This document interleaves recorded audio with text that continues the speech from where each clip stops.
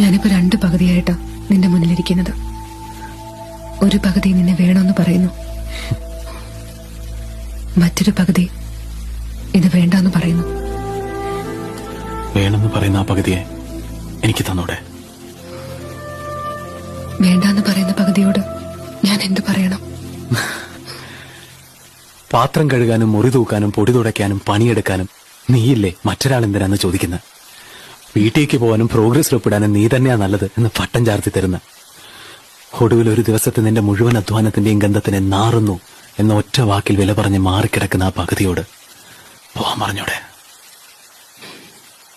ആ പകുതിയാണ് എന്റെ ജീവിതം. പക്ഷേ 14 വർഷത്തിന് ശേഷം ആ പകുതിക്ക് ഞാൻ അറിയാത്ത മറ്റൊരു പകലും രാത്രിയുണ്ടെന്ന് അറിഞ്ഞപ്പോ അതിലെന്താണ് തെറ്റെന്ന് എന്റെ മുഖത്ത് നോക്കി ചോദിച്ചപ്പോ എനിക്കും തോന്നി അതിലെന്താണ് തെറ്റ്. അപ്പോ അയാളോടുള്ള പകരം വീട്ടിലാണല്ലേ ഞാൻ? അല്ല, അയാൾ ഇതുവരെ തരാതിരുന്നത് നീ എനിക്ക് തന്നു. എന്ത്?